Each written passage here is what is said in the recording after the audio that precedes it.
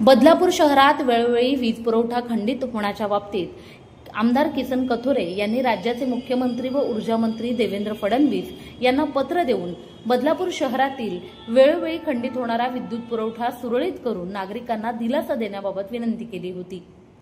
या अनुषंगाने मुख्यमंत्र्यांनी तातडीने ऊर्जा विभागाचे व्यवस्थापकीय संचालक लोकेश चंद्र यांना याबाबत कारवाईचे निर्देश दिले। त्याप्रमाणे आमदार किसन कथोरे, महावितरण व महापारेषणचे संबंधित अधिकारी यांच्या समवेत बैठक आयोजित करून शहरातील विद्युत समस्येवर उपाययोजना करण्यास सांगण्यात आले। त्या अनुषंगाने शुक्रवार दिनांक 11 जुलै रोजी उच्च न्यायालय परिसरातील इमारतीमध्ये दुपारी 3:30च्या सुमारास बैठक आयोजित करून ऊर्जा विभागाचे व्यवस्थापकीय संचालक यांनी महावितरण कल्याण परिमंडळचे मुख्य अभियंता, अधीक्षक अभियंता व कार्यकारी अभियंता यांना जाब विचारत चांगलेच धारेवर धरले। बदलापूर शहर व परिसरात पुन्हा वारंवार वीज खंडित होण्याची तक्रार येता कामा नये असेही सुनावले।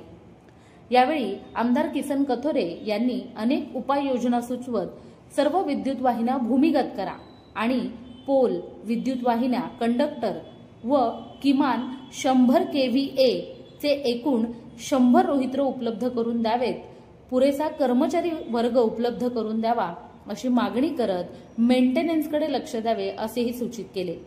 त्यांच्या या सूचनांच्या अनुषंगाने व्यवस्थापकीय संचालक यांनी संबंधितांना बदलापूरसाठी लागेल ती मदत करायला आपण तयार असून तत्पूर्वी वारंवार खंडित होणाऱ्या विजेच्या समस्याबाबत काहीतरी निर्णय घेण्याचे त्यांनी सांगितले।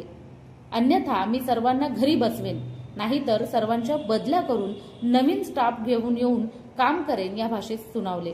त्यामुळे आता बदलापूरमधील वेळोवेळी खंडित होणारा विद्युत प्रवाह सुरळीत होईल अशी अपेक्षा केली जात आहे। लोकतंत्र न्यूज, बदलापूर। या बातमी संदर्भात तुमच्या प्रतिक्रिया आम्हाला कमेंटच्या माध्यमातून नक्कीच कळवा आणि अशाच प्रकारच्या बातम्या पाहण्यासाठी लोकशाहीचा चौथा आधारस्तंभ लोकतंत्र या वाहिनीला लाईक, फॉलो आणि शेअर करायला विसरू नका। त्याचबरोबर YouTube या आपल्या वाहिनीला देखील सबस्क्राइब करायला विसरू नका। धन्यवाद।